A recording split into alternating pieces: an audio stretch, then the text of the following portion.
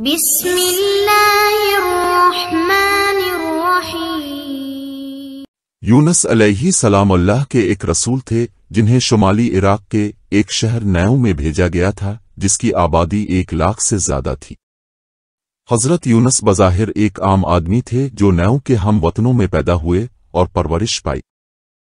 New کا عروج والا شہر طویل عرصے سے اللہ کے پیغام کو بھول چکا تھا اور بت پرستی اور گناہوں سے بھرا شہر بن گیا تھا۔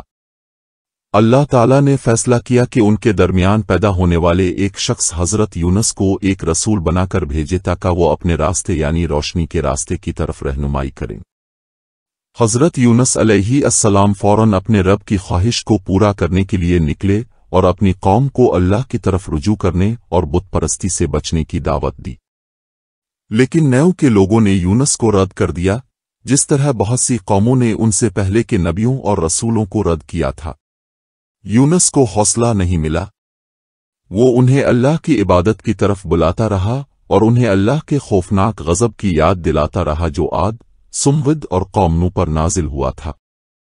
لیکن انہوں نے اس بات کو رد کر دیا اور کہا کہ ہم اور ہمارے آباء و اجداد کئی برسوں سے ان دیوتاؤں کی پرستش کرتے رہے ہیں اور ہمیں کوئی نقصان نہیں پہنچا۔ حضرت یونس ان کی مدد کرنا چاہتے تھے اور ثابت قدم رہے، انہوں نے اپنی قوم سے ہمت نہیں ہاری۔ ان کی لا علمی اور سخت الفاظ کے باوجود اب انہیں اللہ کے عذاب سے ڈراتے رہے۔ ہونے دو، وہ لوگ ہنسے اور یونس کو بتایا کہ وہ اس کی خالی دھمکیوں سے ذرا بھی خوفزدہ نہیں ہے۔ حضرت یونس کو مایوسی ہوئی، اس نے اپنے لوگوں کو چھوڑ دیا۔ اللہ کی اجازت کے بغیر اس نے نیو شہر کو چھوڑنے کا فیصلہ کیا تاکہ اس امید پر کہ کوئی ایسی جماعت مل جائے جو اسے قبول کرے اور اسلام میں داخل ہو جائے۔ نینوا کا پرسکون آسمان جلد ہی غصے سے سرخ ہو گیا جو اللہ کے غضب کو تھوکنے کی تیاری کر رہا تھا۔ مرد، عورتیں اور بچے خوف سے بھرے دلوں کے ساتھ پہاڑوں کی چوٹیوں پر اپنے اوپر آسمان کی لڑائی دیکھ رہے تھے۔ انہیں جلد ہی یونس کا اللہ کے عذاب کی تنبیہ یاد آ گئی اور وہ عاد، سمود اور قوم نوح کی مصیبت سے ڈر گئے۔ نئے ایمان کے ساتھ وہ گھٹنوں کے بل گر پڑے، ہاتھ پھیلا کر اللہ سے معافی اور رحمت کی بھیک مانگنے لگے۔ سچی توبہ کے اس مظاہرے سے متاثر ہو کر اللہ تعالیٰ نے اپنا عذاب اٹھا لیا، اپنی رعایا کو معاف کر دیا اور ان پر اپنی رحمتیں نازل فرمائی۔ جیسے ہی آسمان صاف ہوا، لوگوں نے اپنے پیارے نبی یونس کی بحفاظت واپسی کے لیے دعا کی تاکہ وہ انہیں اللہ کے راستے پر چلا سکیں۔ اسی دوران حضرت یونس علیہ السلام جو نیو سے نکلے تھے، ایک چھوٹے سے مسافر بردار بحری جہاز میں اس نیت سے سوار ہوئے تھے کہ وہ اپنی قوم سے زیادہ دور سفر کریں۔ جہاز دن کے وقت پرسکون پانیوں سے گزرتا تھا، لیکن جیسے ہی رات ختم ہوئی، ایک طوفان نے جہاز کو وحشیانہ طریقے سے ہلا کر رکھ دیا۔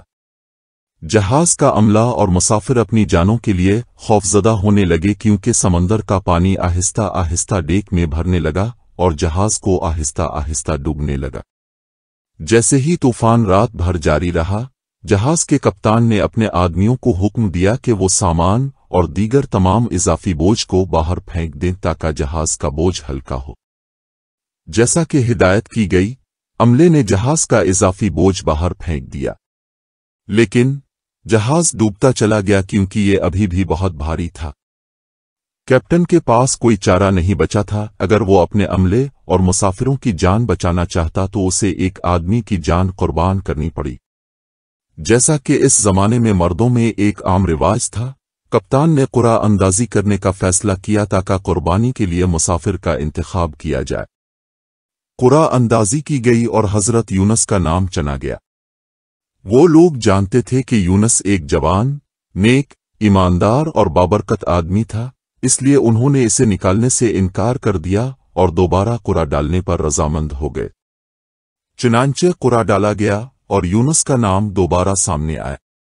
مردوں نے یونس کو پھینکنے سے انکار کر دیا اور کہا، ہم یونس سے جان چھڑانے والے نہیں ہیں، وہ کشتی پر ہماری برکت ہے، وہ بہترین آدمی ہے جو ہمارے پاس کشتی پر ہے، ہم اس سے جان چھڑانے والے نہیں ہیں۔ چنانچہ انہوں نے تیسری بار قرعہ ڈالا اور یونس کا نام دوبارہ ظاہر ہوا۔